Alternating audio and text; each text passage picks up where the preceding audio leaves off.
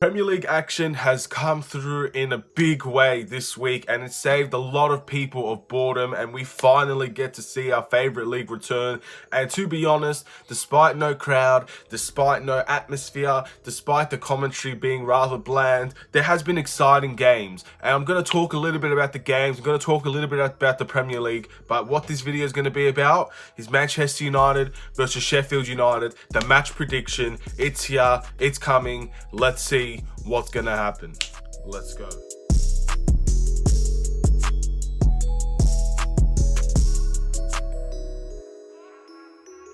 What's up, everybody? It's Aidan Sports Show, and welcome back to another video. This is going to be a Premier League recap in a way. I'm not going to go through every single game, but I'm going to go through the things that are relatively important to Manchester United, as well as the Manchester United versus Sheffield United match prediction. It's all going down today, and it's very interesting to see exactly what could happen tomorrow night when we versus Sheffield United. So before we get started, please like and subscribe to the Aidan Sports Show YouTube channel. Turn notifications on. We all know the goal of this YouTube channel, 60 subscribers. By the time this is uploaded, we might have already achieved that. If not, then you know what to do, guys. If you're new around here, smash the like button, hit the subscribe, and let's get started. So the Premier League has come in a traumatic, brilliant way, and honestly, it's been very, very entertaining to see it return. A lot of games.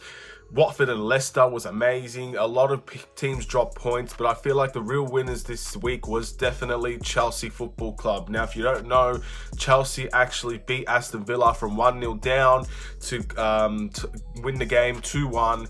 Giroud and Pulisic were the goal scorers, and they end up extending their top four range over Manchester United and all the teams below them, including Wolves, who have now equalised us. Now, people might say that top four is too far gone for Manchester United, but I disagree, because if you look at Chelsea's fixtures and Leicester's fixtures, there are difficult games there for both teams. It just all depends on if Chelsea can capitalise and take advantage of those games. Again, it sucks to leave it in the hands of another team, but at the moment we just have to focus on us, win our games, and try and see how far we can actually get beyond Chelsea, beyond Leicester. They can focus on themselves. If they get it, they get it, and that's fair enough. We probably didn't deserve to get it anyway. But in this time, there's also something tragic that happened in the Premier League as well. Now, I don't know too much about the situation itself, but I'm going to give you my opinion and obviously what happened. So there was a banner that I don't think it was a banner. It was just like an airplane, and it had like a little writing called White Lives Matter. And it was by Burnley fans at the Burnley game, I believe. And look, to me, this just sounds like a bunch of... it was official that it's by Burnley fans, that they paid for this. To me, it just sounds like a lot of uneducated people that tried to do this. That's the way that I see it. I'm not calling anybody uneducated, but it just seems like that's the type of situation that it is. I feel like people are threatened by what's been happening with all of these protests and looting from all around the world, and they're trying to somewhat make a claim that they're being attacked. Now, this just seems extremely uneducated. It's clearly not well done, and you could tell by the reaction that so many people, there's a YouTuber that goes for Burnley. I'm sorry, I forget his name, but he's like much higher up than I am, like 10 times, 20 times more. And he even expressed his appalledness of how some Burnley fans treated this. Now, I'm not going to go in on Burnley or their fans. It's just a select few people that ended up making it so bad for Burnley and its fans. And therefore, I'm not going to go into every single Burnley fan and rip them apart, because at the end of the day, not all Burnley fans are responsible for the few. It should not be like that. Burnley have now received a lot of bad reputation, bad attention towards their club based on a minor few people that thought it would be either a joke or they did this very well uneducated attempt to try and make a statement. And the statement might have worked, but it was negative, and it's a negative statement and you got a negative reaction out of it. So I hope these Burnley fans can end up understanding what they did was wrong, understanding why it was wrong, and maybe the point of this is to help them get educated on the situation that's happening now and the history behind what's happening now. I feel like the Black Lives Matter movement, everyone's focusing on the present issues, but it's not just the present issues that people need to be focused about. It's not George Floyd, it's not the protesting. People need to be focused on the lifespan, the history behind what's happening now. There's been hundreds upon thousands of years of slavery, of misjustice, of inequality in this world, and the standing up and fighting now is not just based on George Floyd. It's not based on just police brutality. It's based on so many more things all around the world. And if people don't see that, then I think they're being extremely misguided towards just present events. And I don't feel like that's right. But this is going to be a Premier League. I'm meant to be talking about the Premier League, but that's just my 2 cents on the matter. So I hope these guys, as long as they understand that it was wrong, I'm not going to say anything more on the matter. If this is going to be a continuous theme and it's going to keep on happening, then there should be some action taken besides just being condemned for doing it. Anyway, we'll move on from that. Going on to Manchester United, the big news here. 5 minutes in, but 5 minutes great. Let's see what we can do for Manchester United and Sheffield United. Now, this game is very important. Not only does it give Manchester United an option, a threat to get eliminated by Sheffield United, we can completely kick them out of the race if we win this game, but we can also extend our race into the top 4 while hopefully Wolves can drop points. Other teams can still drop points. It's up to us now, Manchester United. It's time for us to win a must-win game. This is must-win. If we draw or lose this game, the top 4 could basically be gone. If Chelsea can beat Man City, I believe they have, or whoever they have, if they could beat that team, then it could be all over if we don't win as well. So this is a must-win now. It's tough that we didn't beat Tottenham because we could have seriously got the edge, but now we're in still a very decent predicament, but it's time to make sure that we win this game. No other result is going to do. If we get another draw, it's basically over, in my opinion. But again, my opinion can change, but we'll see. So going into the match prediction, the starting lineup, this is interesting. So obviously Sheffield are not going to have Dean Henderson. I believe because he's on loan from Manchester United. I don't think they're going to allow him to play. But regardless, I don't think it's going to be too much of an impact whether he plays or not. So my starting 11 for this game, up at goalkeeper, I know it has to be David De Gea. A lot of people are not very happy with David De Gea now from a very bad mistake that he made at Tottenham. It was definitely a shot he should have saved, but I don't think he's the primary target to be aiming at. No one should be pointing at David De Gea as the main reason for the goal being conceded. I know Roy Keane went off for David De Gea, and it's funny because it's Roy Keane, you know, like it's just, you respect him a lot, but sometimes his opinion is very emotional and it's not really analytical at all. But nevertheless, David De Gea is still the best goalkeeper that we have. You could say anything you want. You could say Dean Henderson should deserve a chance next season. Look, we'll all focus on that next season. We have to focus on today, and today David De Gea is still the best goalkeeper that we have. We need to play our best players. Right back, Wan-Bissaka, no ifs or buts about it. He's a must in this game, to be honest. It's difficult to say that Sheffield are going to come and attack us like a Man City or a Liverpool or something like that. They're going to be rather defensive, but still Wan-Bissaka is a must. People might say that we need a little bit of a firing power, attacking wise, some crossing, and Wan-Bissaka might not be the best at that. But I think Wan-Bissaka is going to be perfect for this game, to be honest. He's gonna deny any sort of attack that Sheffield might oppose to us, and there's a good chance that they can score against us. They have done it before, after all.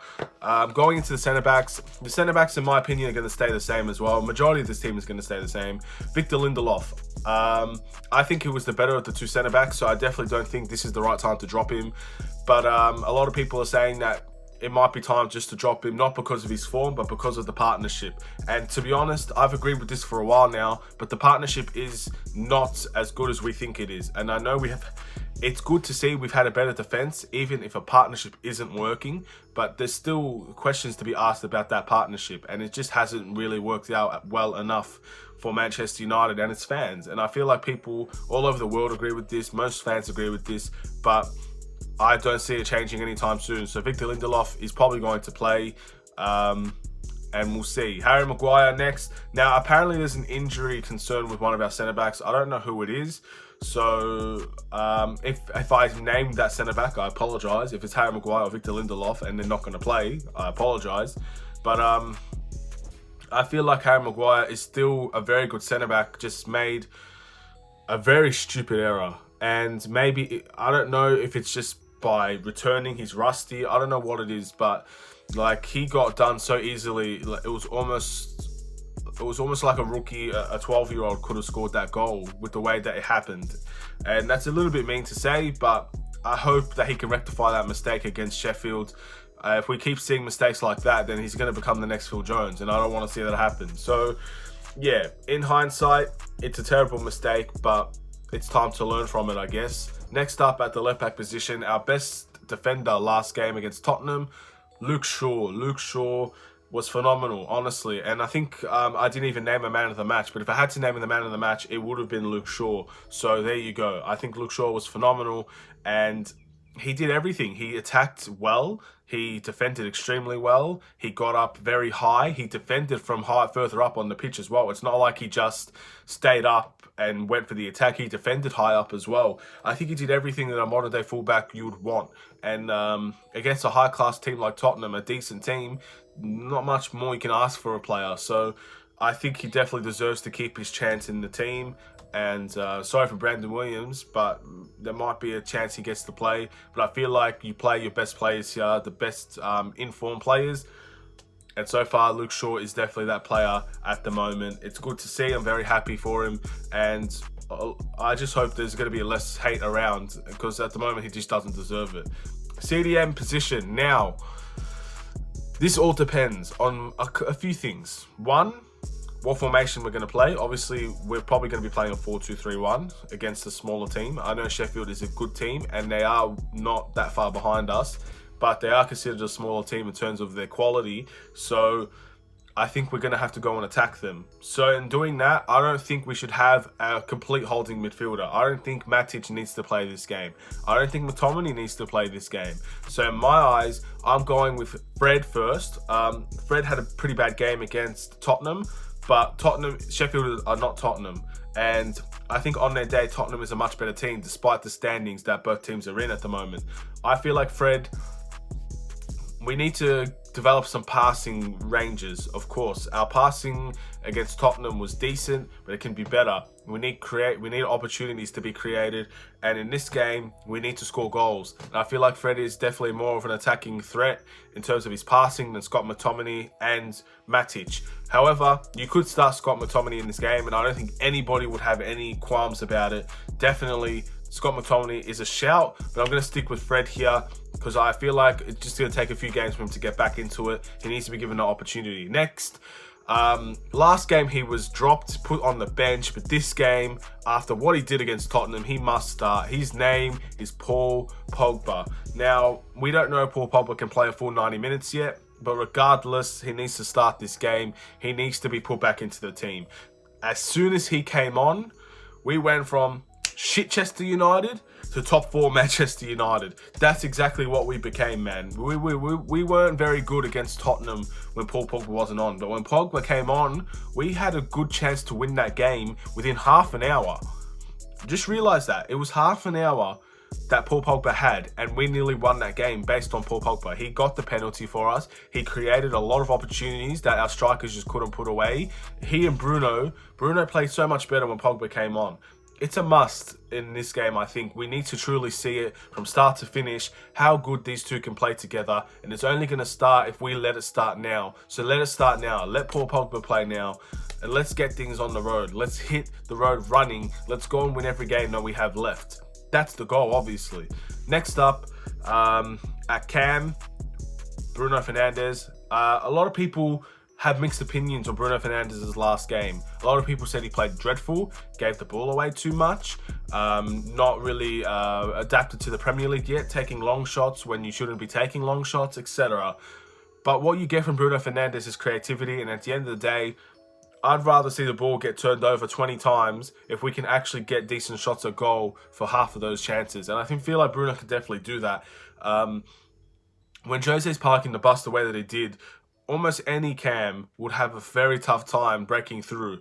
And as good as Bruno is, he's not at the level yet where we could call him a world-class, fantastic, amazing player. He's still developing in many ways, especially to a Premier League game. So maybe next season, if Jose decides to do that again, we're going to see Bruno Fernandes in a better way go and attack teams, be more clinical with his passes and shots and everything. But for now, that's as good as a performance as you're going to get from a cam that didn't actually contribute an assist or he scored a goal, but it was a penalty. He's not going to miss a penalty. He's a fantastic penalty taker.